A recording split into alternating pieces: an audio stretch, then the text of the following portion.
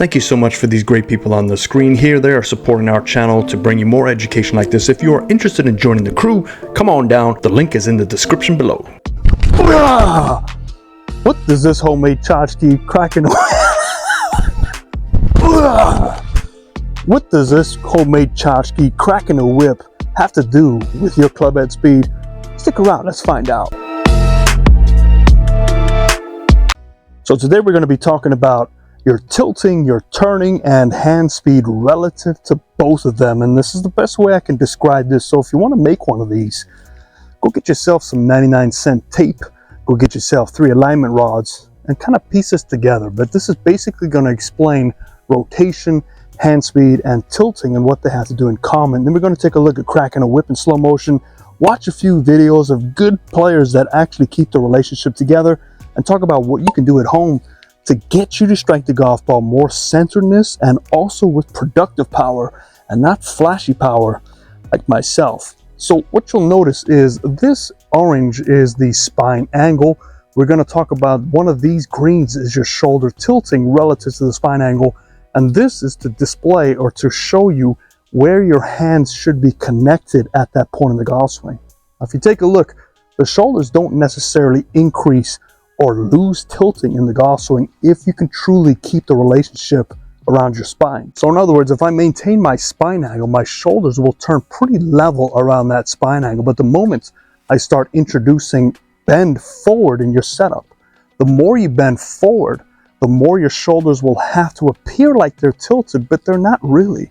They're staying relative to that bend forward. So for an iron, the shorter the club we get, the more we bend forward, the more it steepens out your tilting more naturally, so you hit down on the golf ball. With a driver, longer clubs, we start standing up taller, which will level out our tilting. Now, if you have a motion where all of a sudden your shoulders will tilt independently of that, it's going to affect the bottom of your swing circle as well as your hand speed and your arm speed. They can't keep up because it'll run out of room. Voiceover Tony making his appearance. The camera overheated, then my cheap microphone ran out of battery. So you know what? It's the next best thing. Now the whole point of this video is to teach you about how to keep your hands connected to the rotation like you see I'm doing here.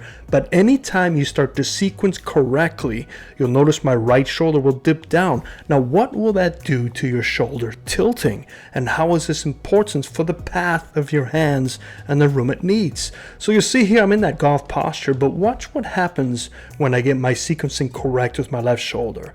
Left shoulder bumps left, right shoulder bumps right to counteract that. Now my path is more in to out. It's a right-sided path as a result. The contrary happens when you get that path to go the other way, if you lose tilting. So this is why you typically see students with strong grips have a more tilt at impact to help control and block that release. But how does this all make sense to you? Well, it's about keeping the relationship between the outside of your circle, which is the hands, to the inside of the circle. So if you can think about this, the extension of my chest and how it relates to turn and tilting, but what is on the outside of that long orange stick? It should be my hands. So we're going to connect my hands to the outside of that stick to get a feeling of where my path is relative to my tilting change based on my sequencing. But it goes a little bit deeper than this.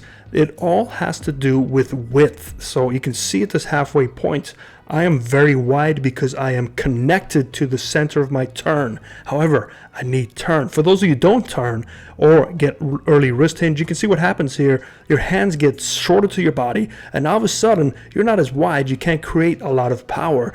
But by opening up in that small motion you see there, it creates the room for me to stay connected. So this comes down to your turn tilt ability.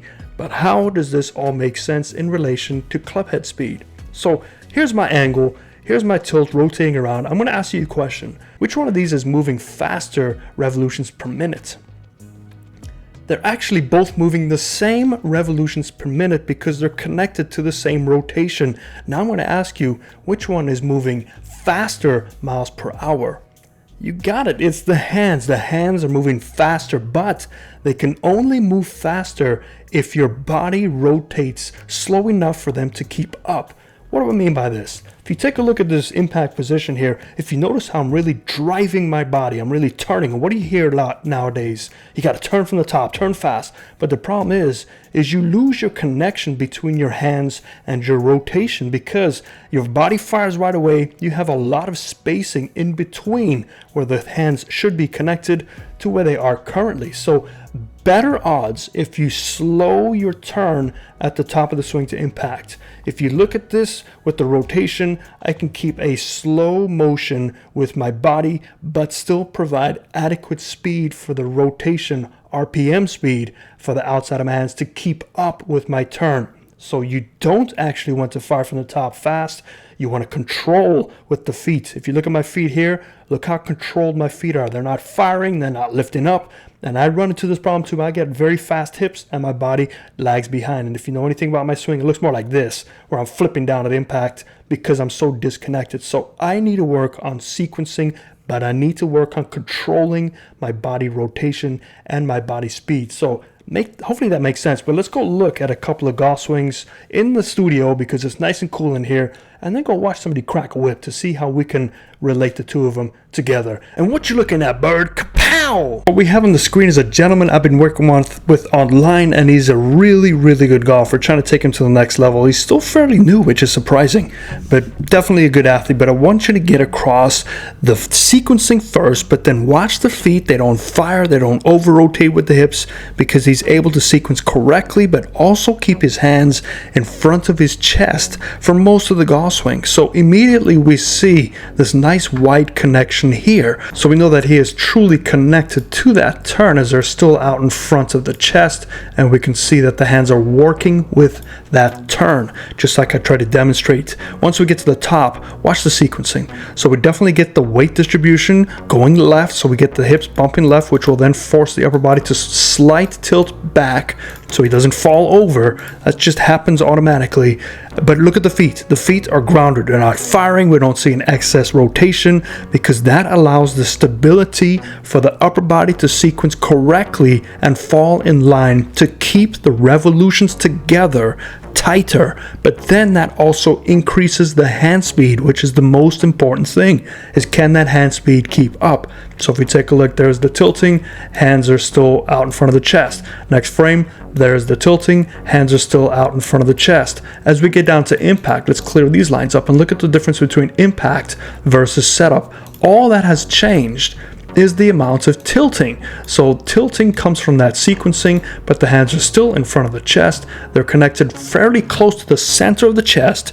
He's got a natural forward press because of the tilting that occurred naturally from the sequencing and even follow through. Look at this. They are still connected out in front of his chest. So if you want to get your sequencing dialed in, if you want to help your club speed generate consistent speed, not flashy speed, you've got to get your sequencing corrected, and you've got to think about hand speed. Hand speed is this action here. How fast do they move in relation to your turn? They should be somewhat similar. I'm not saying they're going to be identical because that's not how the golfing swing works, but if you can get the image of what I try to help you out with, keeping the hands in front of the chest while moving together as one unit, it should help your sequencing. It should help control the lower body. But again, it all comes down to your range of motion issues. But let's just take a look at a guy cracking a whip.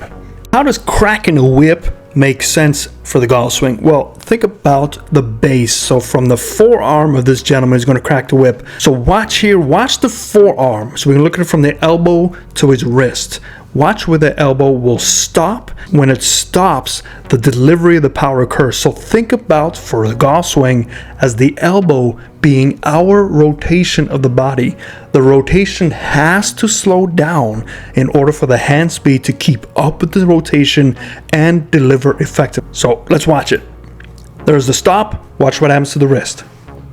Just uncoils quite majestically, but you see the body, which is his forearm, has just stopped. So basically that whip cracking, the power will come from proper sequencing and energy transfer plus well-timed deceleration. And that's what I'm trying to explain here. You don't need the body to fire fast. It needs to be controlled and almost slow down at impact so your hands can accelerate properly. Hand speed is everything in golf. Now this will probably fall in line with more of the modern tour rotational based swings that you see, where they talk about kinematic change from the lower body up and inside to out. They also highlight the torso deceleration, which is what I was trying to do in the backyard before the camera overheated. So if you do follow something like a stack and tilt, this might not really work for you, or maybe these over rotational drills like the Genghis style, or even early arm throwing patterns, kind of flippy